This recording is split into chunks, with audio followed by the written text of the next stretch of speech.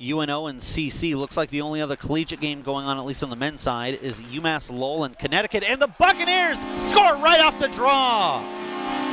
A fantastic set play, and we've seen the Buccaneers do this a couple of times. Lucas Mercury, earlier in the season, a couple of nights ago, had one off of the face-off, and that'll teach me to keep an eye as Fairmouth wins this cleanly. Back to Mack. Mack with a shot redirected in by Fairmouth, and the Buccaneers on top by a score of 1-0. Some great looks we're getting there, and I take that back. This is going to be Max all on his own. Looked like it was off of Fairmouth, but actually that kicked off of the skate of Pino Nemi. Slows down the collision there. That's a good job of putting on some pressure, but as soon as he saw the back numeral of Tyler Haskins, 43, slowed down. Quick save by the netminder. Got over in time with the blocker down and the pad as well. 915 save percentage coming into tonight's contest.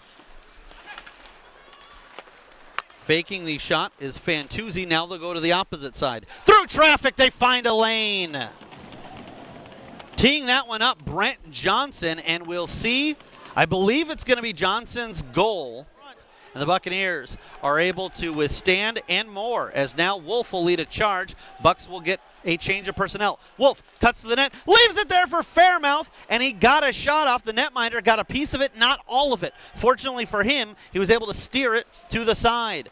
And because of that, he's able to defend as Gasparini had nowhere to go. In alone is LaFerriere. Fires and scores! Low glove side, LaFerriere. And we talked about moments ago that with 4-on-4 action, it opens up the game. Last time we saw that was Saturday night. Alex LaFerriere scored when it was 3-on-3, just 28 seconds into overtime. Now again, he takes advantage of the open ice. This comes 20 seconds into the 4-on-4. Shouty, they replay there with a nice play defensively. Then Bevilacqua gets it up to LaFerriere, and he deposits it into the back of the net and leaves the netminder. Buccaneers need to communicate here. Latch has that stripped away, and Sioux Falls in on the backhand, looking to set it. They'll feed it down low. Shimmying off is Buchholz. They feed it to the point, and it's into the back of the net. Again, a shot from the point. This is Fantuzzi, and I believe it's going to be his goal cleanly, as was the last one by Brent Johnson. Centering pass just to the goal line. Fantuzzi will instead take it. They'll set it up. Ludke inside, backhand shot again, and somehow kept out by LaFerriere. He stuck with that play when it looked like he had no angle. A big drive and a save by the netminder, but he's not able to hold on to it. Won by Shouty and the Bucks. Ludke feeds it down low. Young escapes with it. No. Hands off. Shouty takes a carom. Buccaneers pick it up. Quick shot and a glove save. Less than half as many, but obviously they've played fewer games. Here's Fairmouth. Goes across. A drive from Mack. Left there, and Fairmouth taps it in. Fairmouth started everything from the left circle. They go left. They go right. Up top center. And then a right pad save. Kicked out by Grannon, and Fairmouth smelled blood in the water. He had already started to attack the crease. It was just sitting there for the taking, and even then Fairmouth had to lay out from one knee, sweeps it into the net, and the Buccaneers are back on top. It's 3-2. I think Anderson may have gotten a piece of that Mack shot. Mack is definitely getting an assist. We'll find out here if it's the primary or secondary, but I believe this is going to be Fairmouth from Anderson and Mack. And the Mid-American Energy power play, 1-for-1 on the night. They come right back and score. That has been the case 3 times, and this one with easily the fewest time that the Buccaneers lead. Getting the goal in the slot is Jay Buchholz out of Mound, Minnesota. Tapped ahead. Now Davey. A Sioux Falls player falls down. Cutting in is LaFerriere. It was left. Sitting there.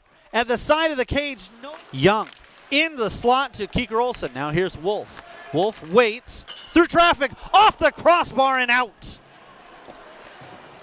Oh, so close for Mitchell Wolf to pick up his first USHL goal. And at a critical juncture of the game, 9:30 to play in regulation, we're deadlocked at 3. Latch has a man cutting to the net, elects to go himself and hits the goalpost. Fought off by Driscoll.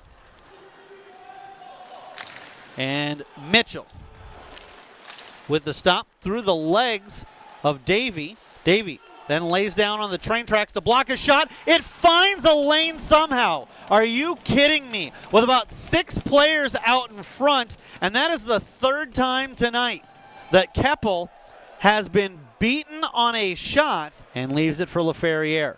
75 seconds left to go. Here comes Keppel. LaFerriere with a ton of speed, upended. Sioux Falls back the other way and into the empty net.